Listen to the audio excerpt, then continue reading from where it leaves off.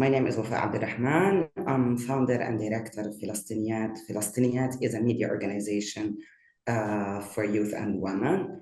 I'm from Gaza originally. I was born there.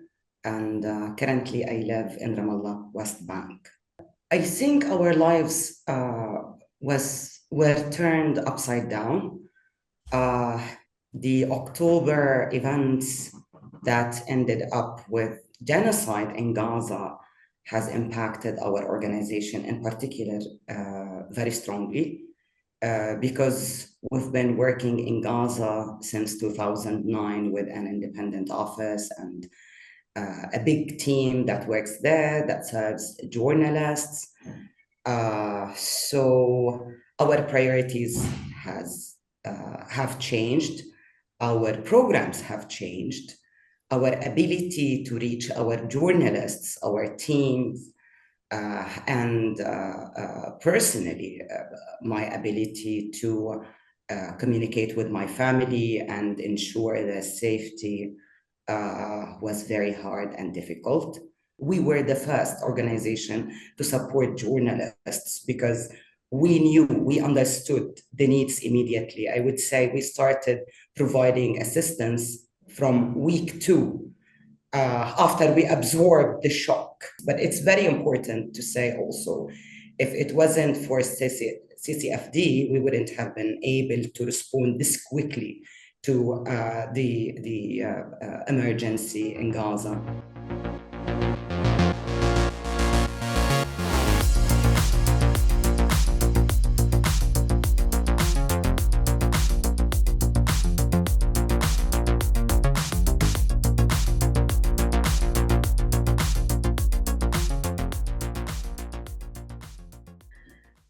The targeting of journalists meant to silence the voices, the Palestinian voices, silence the Palestinian narratives, and prevent the international community, and here I'm referring to the people, from seeing the horrors of the crimes committed by the Israeli occupation in Gaza. It's very important to say that in those hard times, the journalists are acting as human rights defenders. They're the ones who are documenting, they're the ones who are exposing the crimes and atrocities, as well as telling the stories, the human stories behind every piece of news that we see in the news. And they're insisting that our people are not numbers. Their lives. The first message, and I'm not sorry to say it, that the international community and the international mechanisms have failed us.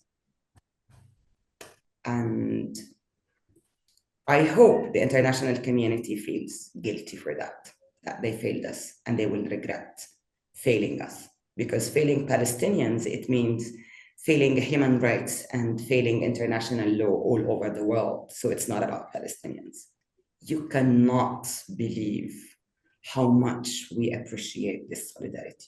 You cannot believe what does it do to us when we see people marching in thousands and tens of thousands all over the world demanding justice for Palestinians. We know today the grassroots movements couldn't do anything or force their own governments to act differently. But having little hope in those very dark and hard times is very important to Palestinians, so thank you. I can count few international journalists who have done that, and thank you to them. But the rest, they're watching as if we're talking about completely different people who don't deserve to be supported and to be listened to. Tell the story of journalists. We have more than 170 journalists who have been killed.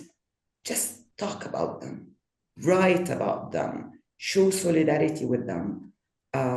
This is all what we ask from the international journalists. And again, we thank all those who didn't shy away, who were brave enough to speak up and to support justice and freedom for Palestine. We don't have faith in the politicians. We know politics is a dirty game, but we know that people, they're humans. They feel with the stories, with the suffering, with the bleeding of Palestinians. We value your tears, we value your emotions, but it takes more than tears and emotions to stop the genocide. When October happened and the atrocities and aggression of the Israelis started on Gaza, and it was clear that there is this targeting of journalists, CCFD didn't take much to think of supporting our journalists. They didn't think twice of giving us the okay to shift the money from a conference support to emergency support to our journalists.